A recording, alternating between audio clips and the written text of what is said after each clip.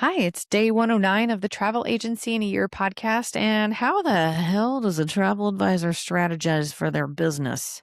That's what today's episode is about. I'm your host, Rachel Kay. I'm holding the microphone because I don't know why. I think it's because I like to swivel in my chair. Who knows? No more mic stand. And I got to edit this because it's a corded mic, so it makes a lot of sound, like weird sounds. So we touched on in episodes in the past and in the success circle implicitly on developing strategies. That's literally what the success circle is like teaching you over 52 weeks so many different concepts as a business owner and travel agency owner, but also like, duh, you got to build a strategy. And no, you can't build it in 6 weeks. And no, it can't be like super easily taught. It's just everyone's a little bit different. It's got to be custom to you, your values, your business model, blah, da, da, da, da. I say that like every episode. Like, don't think because one person's like, this is how I do it. And this is exactly what's going to work for you because it worked for me. Like, you don't know their socioeconomic status. You don't know who they were around to get that success. You don't know how long they've been doing it. You don't know how they came to that conclusion that it works. You don't know who their ICA is. So let's learn how to strategize on our own, right? Okay.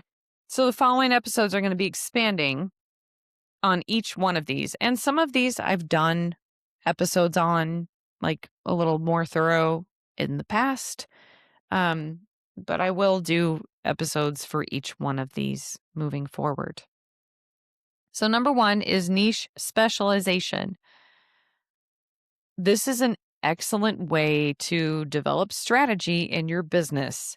And I have a course on elevatewithrachelk.com called Sweet Spot to Success. It was created a year or so ago at the time of recording. So, like back in 25, it was like launched.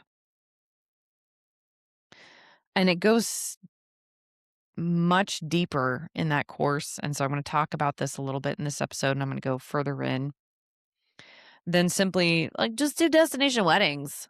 That's a lot of money you can make. Or just do romance travel because you had a honeymoon once. Or just do adventure travel. Like, you need to go deeper into your niche specialization.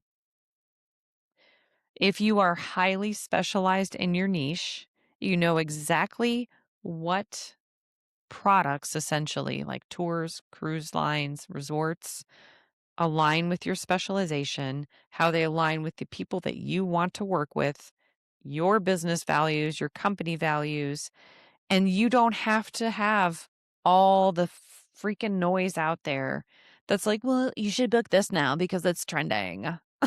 Like, shut up. I got what I want. Okay.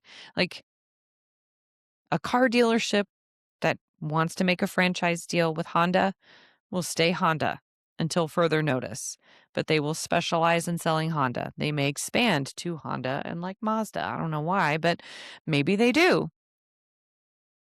But they make that deal.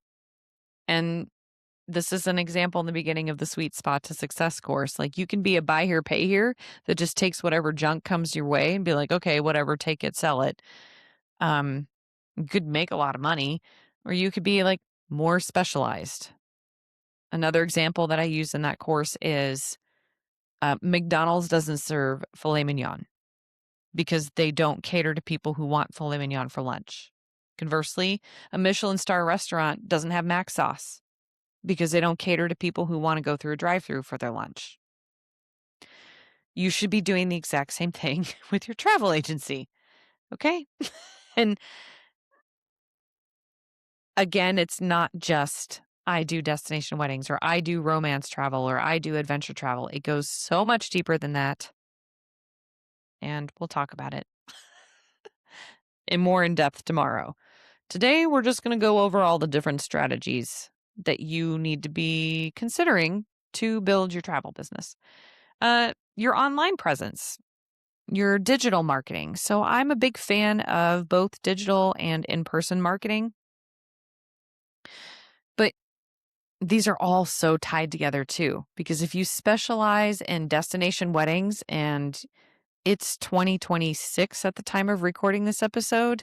The likelihood of you getting like really high value clients aligned with you in a Facebook group are like much slimmer than going where younger people are. Like they're not, I mean, they might be on Facebook groups, but that's not the first place that they search. And if you show up the first place that they search, and they don't have to resort to Facebook groups. But what I'm saying is like, I don't I don't personally know anyone under the age of 35 who is like super active in using Facebook for research unless it's a last resort. So why would you be posting there? Why aren't you posting the first place they would go, right? So your online presence tied to your niche specialization. Are you going to be doing social media marketing? Does your ICA in your niche respond to like podcasting, blogs, landing pages, lead magnets? What types of lead magnets?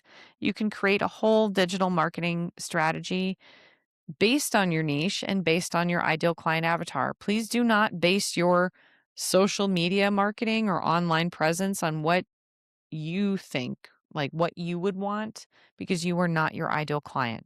And if you are your ideal client, you're going to have some problems because you're just catering to yourself, okay? But with the right online presence, you're going to be attracting anyone from anywhere in the United States or country that you reside in, which is fabulous, especially if you are not in a major metropolitan area and it's harder for you to get those travel clients. And when I started my travel agency, I was in BFE, like middle of nowhere. Had to get a cell phone extended tower thingy just to make phone calls from my house, like middle of nowhere.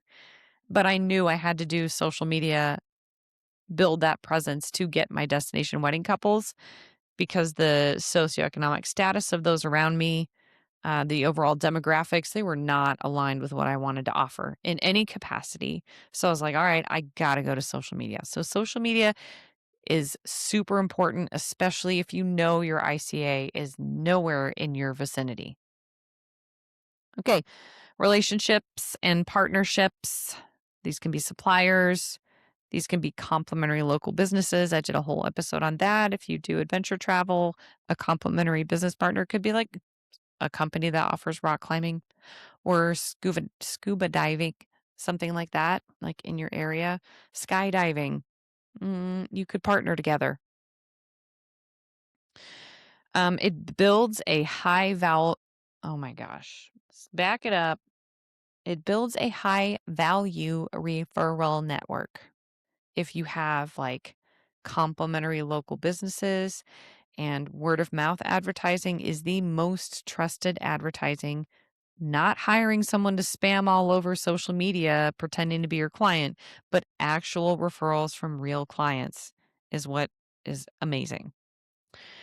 And I've done so many episodes on this in the past. I could do another one if you want. I'm probably not going to do another one. There's enough. I don't need to be super redundant. There's 365 episodes. There's going to be a little redundancy. Another strategy is your service and CRM. It's your personal touches. I did a whole episode on this versus automated workflows. This is a good strategy to develop and constantly revise, maintain, so on and so forth. Let me look at the time. I have another meeting here in like 5 minutes.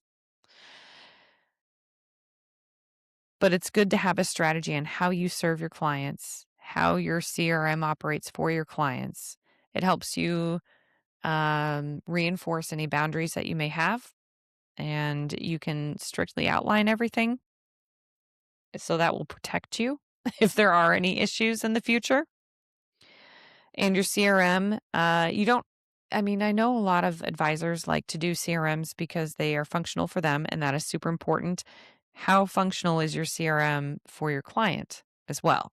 So if it's kind of clunky, you might need to upgrade your CRM and have a good strategy for that. When I'm not going to, no, I'm not going to talk about that. I don't want to like bash certain CRMs on this podcast. But I do know that some are much clunkier and outdated than others. And it's like, ugh, brother, what am I doing with this stuff? So I have switched and I would like to switch to something more updated from there. However, I don't want to put the burden on all my sub agents to be like, and now here's a whole new thing you get to learn again. So I'm just sticking with what I got for now. Okay, other marketing strategies. Networking, I've talked about. I'm a big fan of networking in person, having your new elevator pitch ready to go. If anyone's like, so what do you do for a living at a boring party? Like, better topics of conversation, please. Your email newsletter is another marketing strategy. If you diversify your marketing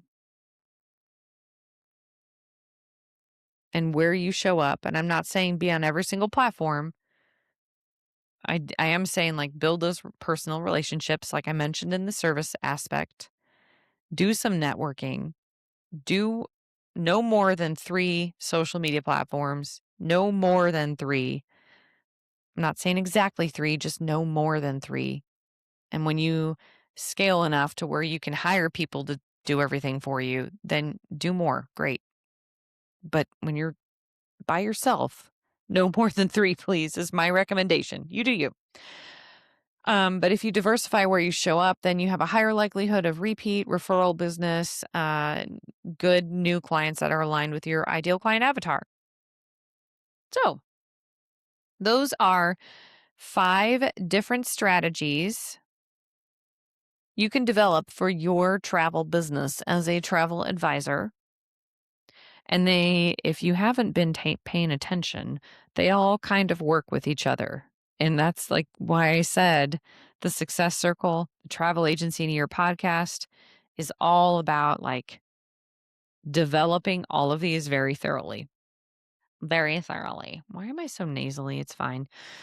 Okay. Thank you for tuning in today. Share this with a friend, colleague, preferably a travel advisor, not just some random person. They don't need to see this mess. Let's share or hear it. Um, Share this with someone who is feeling kind of lost, like what they need to kind of focus on as a basics when developing their business. And have a great day. I will see you later. Bye.